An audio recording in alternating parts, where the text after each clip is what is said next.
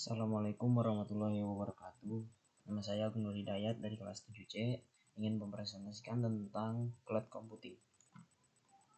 Cloud computing adalah suatu model komputasi di mana sumber daya seperti prosesor, storage, network, dan software menjadi abstrak dan diberikan sebagai layanan di jaringan atau internet dengan menggunakan pola akses remote. Ketersediaan on-demand sesuai kebutuhan, mudah untuk dikontrol, dinamik, dan skalabilitas yang hampir tanpa batas adalah beberapa atribut penting dari cloud computing, dilansir oleh Johnson DKK 2010. Model layanan cloud computing. Menurut National Institute of Science and Technology, yang disingkat NIST, sebagai bagian dari Departemen Perdagangan Amerika, aspek-aspek standar cloud yaitu ada di gambar berikut. Ini adalah gambar aspek-aspek standar cloud. Model pembayaran. Ada dua model pembayaran cloud computing, yaitu berlangganan. Model pembayaran ini biasanya pengguna akan membayar secara periodik, bisa bulanan maupun tahunan. Yang kedua ada pay per use, atau bisa disebut bayar ketika digunakan. Model pembayaran ini menguntungkan pengguna karena pengguna hanya membayar sesuai dengan layanan yang didapat sesuai kebutuhan. Model layanan. Ada tiga model layanan, yaitu Software as a Service yang disingkat SAS. SAS merupakan perkembangan lanjutan dari konsep Application Service Provider yang disingkat ASP. SAS memiliki keterbatasan dalam pemanfaatan fitur aplikasi. Karena multi-tenant, maka fitur-fitur biasanya bersifat umum. SAS biasanya menyediakan fungsi untuk penyelesaian masalah, misalnya untuk business intelligence, web conference, email, dan lain-lain. Pengguna dapat langsung menggunakan berbagai fitur yang disediakan oleh provider, misalnya Google dengan Google Apps-nya. Konsep SAS ini masih terkendala pada pelanggan yang belum mendapat kendali penuh atas aplikasi yang disewa pelanggan. Selain itu, hanya fitur-fitur aplikasi yang telah disediakan oleh penyedia saja yang dapat disewa oleh pelanggan. Berikut adalah gambar penyedia jasa layanan SAS. Yang kedua adalah Platform as a Service yang disingkat PaaS. PaaS merupakan layanan cloud yang menyediakan modul-modul siap pakai. Modul-modul ini dapat digunakan untuk menjalankan dan mengembangkan aplikasi yang hanya dapat berjalan di atas platform tersebut. Layanan ini melayani pelanggan untuk mengembangkan aplikasi baru menggunakan pengembangan API dan pengaturan konfigurasi. Pada konsep PaaS, pengguna juga tidak memiliki kendali terhadap sumber daya komputasi dasar seperti memori, storage, dan lain-lain. Semuanya sudah diatur oleh provider. Yang ketiga ada Infrastructure as a Service yang disingkat IaaS. IaaS merupakan layanan yang memberikan fasilitas sewa bagi penggunanya untuk menjalankan aplikasi yang diinginkan. Pada konsep IaaS, pengguna dapat menyewa sumber daya komputasi dasar seperti processing power, memori, OS, dan lain-lain. IaaS memungkinkan pengguna melakukan penambahan atau pengurangan kapasitas dengan mudah. IaaS menyediakan virtual machine dan hardware lainnya serta sistem operasi yang dapat dikontrol melalui pelayanan API. Jenis cloud. Ada 4 jenis cloud, yaitu private cloud. Yang pertama private cloud. Layanan ini memiliki infrastruktur layanan cloud yang dioperasikan hanya untuk sebuah perusahaan tertentu yang membutuhkan privatisasi data. Pengguna pada layanan ini biasanya berskala besar. Infrastruktur dapat dikelola sendiri atau campur tangan pihak lain. Stakeholder. Yang kedua ada community cloud. Layanan ini merupakan pengembangan dari layanan private cloud. Pengelolaannya juga dapat ditangani sendiri maupun pihak lain, stakeholder. Namun perbedaannya adalah layanan ini lebih menyajikan infrastruktur cloud untuk beberapa organisasi yang memiliki kepentingan yang sama, misalnya dari segi keamanan maupun visi misi yang akan dicapai. Yang ketiga ada public cloud. Layanan ini lebih bersifat luas atau publik umum dan dapat juga digunakan oleh grup perusahaan atau industri besar. Layanan ini disediakan oleh provider. Yang keempat ada hybrid cloud. Layanan ini merupakan gabungan dari dua atau lebih infrastruktur cloud, private, publik, dan community. Meskipun secara entitas tetap berdiri masing-masing, namun ternyata terdapat penghubung, yaitu dihubungkan oleh suatu mekanisme yang memungkinkan portabilitas data dan aplikasi antar cloud. Karakteristik cloud.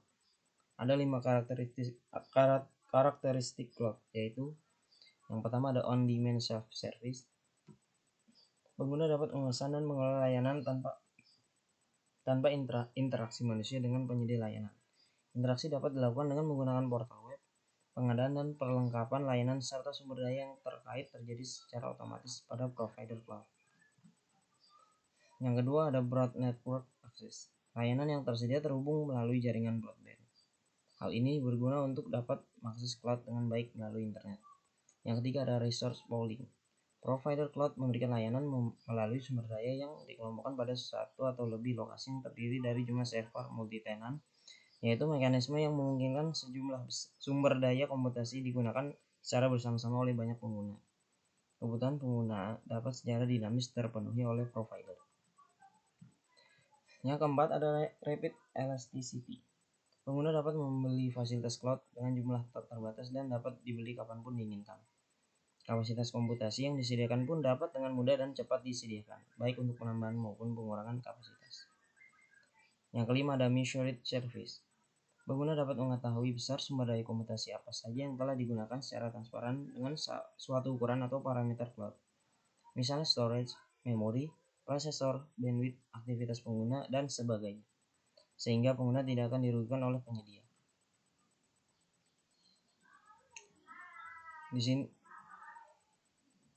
Di sini adalah gambar evolusi model computing.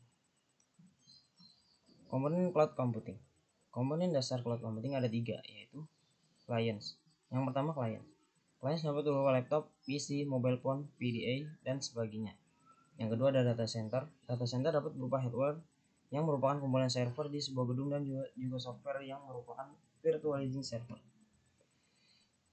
Distributed server. Distributed server merupakan server-server yang tersebar di beberapa lokasi. Berikut adalah contoh komponen cloud computing. Arsitektur cloud computing. Arsitektur cloud computing dapat dibagi ke dalam 4 layer, yaitu pertama layer physical hardware. Layer ini merupakan perangkat fisik data center yang divirtualisasi untuk memberikan platform fleksibel untuk meningkatkan utilisasi resource. Yang kedua adalah layer virtualization. Layer ini terdiri dari virtual server, virtual storage, dan virtual network. Yang ketiga adalah layer management. Layer ini terdiri dari dynamic provisioning, dynamic scheduling, self-service portal, monitoring, dan SLA capacity planning. Yang keempat ada layer workloads. Layer ini terdiri dari innovation enablement, software development, virtual classroom, web 2.0, data intensive processing, dan scalable transaction processing. Kelebihan cloud computing. Adapun kelebihan dari cloud computing yaitu yang pertama hemat biaya. Penghematan biaya akan sangat terasa terutama bagi perusahaan karena tidak perlu membayar update dan upgrade hardware, software maupun maintenance. Cloud computing tidak membutuhkan spesifikasi hardware dan software yang tinggi. Software untuk perkantoran juga biasanya akan lebih murah, bahkan gratis, dan jika berbayar pun maka akan tetap diuntungkan karena hanya cukup menginstal satu saja pada cloud. Yang kedua ada keamanan data. Data yang tersimpan akan bertahan di cloud sehingga tidak ada risiko kehilangan data karena kerusakan hard disk maupun crash komputer. Cloud secara otomatis akan menduplikasi data sehingga data dapat kembali diakses melalui komputer lain. Cloud juga menggunakan Secure Socket Layer yang disingkat SSL sebagai sistem keamanan cloud. Yang ketiga ada kompatibilitas. Dengan cloud computing, sistem operasi apapun dapat saling bertukar data. Kompatibilitas sistem tidak berpengaruh di cloud computing. Pengguna juga tidak perlu khawatir akan kompatibilitas file dokumen, misalnya antara Word 2003 dengan Word 2007 ataupun OpenOffice. Pengguna dapat berbagi data dalam bentuk file flash ataupun dokumen terbuka yang dapat diakses melalui browser apapun. Yang keempat ada kinerja lebih baik. Kinerja komputer akan terasa lebih cepat karena tidak seperti PC desktop yang menyalakan banyak software sehingga sumber daya yang digunakan tidak membebani komputer. Yang kelima ada kolaborasi lebih mudah. Pengguna akan dimudahkan dalam bertukar data antara komputer satu dengan yang lain. Jarak tidak lagi menjadi masalah, misalnya bertukar data dengan relasi di luar kota bahkan di luar negeri. Yang keenam ada kemudahan mengakses dokumen pribadi. Pengguna dapat mengakses dokumen pribadinya dari komputer manapun selama terhubung ke internet dan dokumen tersimpan di cloud. Pengguna cukup login menggunakan username dan password. Yang 7, kemudahan update dan upgrade software. Pengguna tidak perlu disibukkan lagi dalam update dan upgrade software, karena provider cloud biasanya sudah memberikan layanan update dan upgrade software secara otomatis. Ketika pengguna mengakses login, maka pengguna langsung mendapat versi terbaru tanpa harus membayar biaya upgrade tersebut. Yang ke-8 ada customization. Sebelum cloud muncul, pengguna mengalami kesulitan dalam menyergamkan kinerja antar komputer dan juga membutuhkan konfigurasi yang sulit. Kendala cloud computing. Adapun kendala cloud computing yaitu service level. Terdapat kemungkinan provider cloud tidak akan konsisten dengan kinerja aplikasi yang ditawarkan. Pengguna pun harus memenuhi service level mengenai transition response time, data protection, dan kecepatan data recovery. Hal ini tentunya bagi pengguna menjadi kurang efektif dan efisien. Privacy. Kerahasiaan data kemungkinan akan jatuh ke pihak lain, karena perusahaan lain juga melakukan hosting. Hal ini dapat terjadi tanpa sepengetahuan pengguna. Seorang hacker dapat memanfaatkan kelemahan melalui perusahaan lain yang memiliki hosting sama dengan perusahaan pengguna. Kerahasiaan data perusahaan juga berpeluang untuk dilihat oleh penyedia layanan ISP. Hal ini dikarenakan provider memiliki akses yang sangat tinggi terhadap jaringan yang disediakan. Yang ketiga ada data ownership. Terdapat risiko kehilangan kepemilikan data karena kemungkinan data akan hilang apabila terjadi pemutusan pelayanan. Selain itu, apabila server utama rusak dan data tidak di-backup, maka pengguna akan kehilangan semua datanya. Pengguna juga dikhawatirkan dengan hilangnya privasi, karena provider juga berhak atas kepemilikan data pengguna. Hal ini tentunya sangat merugikan pengguna yang ingin mengakhiri kontrak dengan provider. Yang keempat ada data mobility. Terdapat kemungkinan berbagi data antar cloud service. Pengguna juga dibingungkan dengan bagaimana cara mendapatkan datanya kembali jika suatu saat melakukan pemutusan layanan cloud. Apabila data tidak dikembalikan oleh provider, maka data akan jatuh ke pihak lain. Yang kelima ada internet connection. Dalam akses cloud diperlukan koneksi internet. Tanpa internet maka pengguna tidak bisa berkutik. Koneksi internet yang dibutuhkan pun haruslah yang stabil dan tinggi. Jika koneksinya rendah, maka aplikasi dan dokumen yang berukuran besar tidak dapat diolah, dikarenakan web application membutuhkan banyak bandwidth untuk download. Selain itu, layanan internet khususnya di Indonesia belum optimal dan penyediaan layanan internet ke daerah-daerah dan juga harga layanan yang masih mahal. Yang kedua ada Ubuntu Enterprise Cloud yang disingkat UEC. Pengertian UEC. UEC merupakan tipe dari cloud computing yang termasuk ke dalam jenis private cloud. UEC adalah suatu aplikasi stack dari Canonical yang termasuk ke dalam edisi Ubuntu Server. Canonical adalah salah satu perusahaan software yang menyediakan aplikasi yang mendukung untuk membuat cloud. UEC menggunakan Eucalyptus bersama sejumlah software open source lainnya.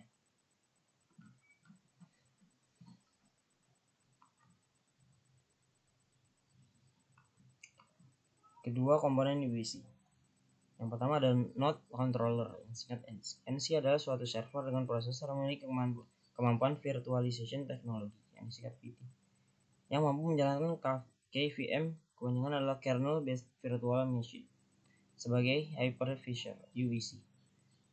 VM yang dijalankan pada hypervisor dan dikontrol oleh UEC biasanya disebut sebagai instance. NC berinteraksi dengan sistem operasi dan hypervisor yang berjalan di node. NC juga berinteraksi dengan CC. NC akan menanyakan sistem operasi yang berjalan di node untuk mengetahui sumber daya fisik yang digunakan node, seperti jumlah core, besar memori, ketersediaan disk space, dan juga mengecek status dari VM instance yang berjalan di node dan memberikan informasi tersebut ke CC. Fungsinya adalah pengumpulan data yang terkait dengan ketersediaan dan penggunaan sumber daya di node dan melaporkan ke CC. Yang kedua, manajemen siklus kehidupan dari instance. Cluster controller yang disingkat CC. CC mengatur satu atau lebih NC dan menjalankan atau mengatur instance pada NC. CC mengatur jaringan instance yang berjalan di node sesuai dengan permintaan mode jaringan dari Eucalyptus. CC berkomunikasi dengan CLC dan banyak NC. Fungsinya ada 4, yaitu menerima permintaan dari CLC untuk menyalakan instance, memutuskan NC mana yang akan digunakan untuk menyalakan instance, mengatur ketersediaan virtual network untuk instance, mengumpulkan informasi tentang NC yang terdaftar pada CC dan melaporkannya ke CLC. Walrus Storage Controller yang disingkat WS3. WS3 memberikan layanan penyimpanan yang sederhana menggunakan API REST dan SOAP yang kompatibel dengan API S3.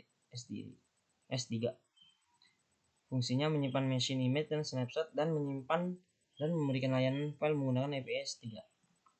Storage controller. S3 menyediakan block storage yang digunakan oleh insan. Layanan ini mirip dengan layanan Elastic Block Storage yang disingkat EBS dari Amazon Web Service.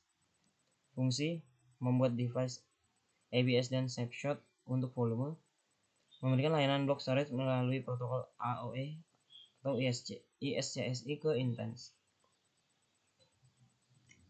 Cloud Controller (CLC). CLC adalah front end dari seluruh infrastruktur cloud.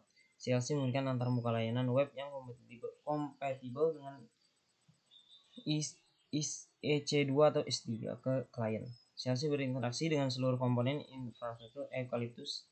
CLC mengetahui ketersediaan dan penggunaan sumber daya di cloud maupun status cloud. Fungsinya mengawasi ketersediaan sumber daya berbagai komponen infrastruktur cloud, termasuk hypervisor pada NC yang digunakan untuk manajemen instansi dan CC untuk mengatur node hypervisor. Arbitrasi sumber daya untuk menentukan cluster yang digunakan instansi. Yang ketiga, mengawasi instansi yang sedang berjalan. Topologi mesin fisik UEC. Berikut ada mesin-mesin fisik dari UEC. Setup UEC. Setup yang digunakan adalah contoh setup minimal di Eucalyptus. CC dan NC dapat diinstal dalam satu mesin.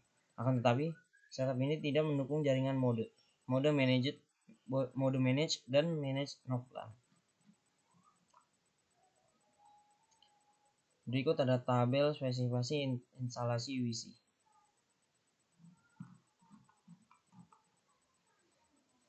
Penjelasannya, gateway pada server 2 diset ke IPCC yaitu 192.168.20.1. Hal ini memungkinkan server 2 terhubung ke jaringan enterprise melalui server 1. Server 1 adalah 64 bit server dan server 2 adalah 64 bit server dengan VT enable.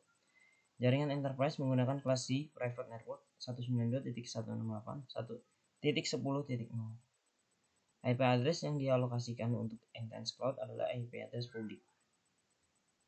Default name cluster 1. Komponen UEC akan menggunakan kelas C private network untuk interkoneksi. Eucalyptus. Pengertian Eucalyptus. Elastic Utility Computing Architecture for linking your program to useful system yang disingkat Eucalyptus adalah platform software untuk implementasi cloud computing private di cluster komputer. Ada dua edisi Eucalyptus yaitu Enterprise dan Overcharge. Saat ini Eucalyptus hanya mengekspor antarmuka yang kompatibel dengan layanan Amazon EC2 dan S3. Pengembangan Eucalyptus disponsori oleh Eucalyptus System, sebuah perusahaan startup yang mengerjakan software yang kompatibel dengan banyak distribusi Linux seperti Ubuntu, Red Hat Enterprise Linux, CentOS, SUSE Linux Enterprise Server, OpenSUSE, Debian, dan Fedora. Eucalyptus juga bisa menggunakan berbagai teknologi virtualisasi seperti VMware, Xen, dan KVM hypervisors untuk mengimplementasikan abstraksi cloud yang ada. Eucalyptus menerapkan metode IaaS untuk cloud private dan cloud hybrid. Eucalyptus mengimplementasi web service Amazon Web Service. API yang menggunakan Eucalyptus memiliki interoperabilitas dengan berbagai layanan AWS dan tools. Eucalyptus punya banyak domain yang disebut Euca-tools. Tools tersebut dapat dipakai secara internal untuk berinteraksi dengan instalasi private cloud dari Eucalyptus atau secara eksternal untuk berinteraksi dengan layanan public cloud, termasuk Amazon EC2. Eucalyptus awalnya hanya merupakan program riset di bidang high performance computing, yaitu sebuah tesis yang diawasi oleh Profesor Rich Wolski di Departemen Ilmu Komputer University of California, Santa Barbara. Fitur Eucalyptus. Beberapa fitur dari Eucalyptus yaitu: 1. Ada kompatibel dengan API Web Service dari Amazon. Yang kedua, instalasi dan deployment dari source berupa paket Debian dan Red Hat Package Manager. Yang ketiga, jaminan keamanan komunikasi antara proses internal menggunakan SOAP dan Web Service Security. Mendukung mesin virtual untuk Linux dan Windows. Mendukung banyak cluster sebagai cloud tunggal, IP Elastic dan Security Group, manajemen pengguna dan grup, laporan akuntansi, kebijakan penjadwalan dan SLA Service Level Agreement yang bisa diatur secara fleksibel.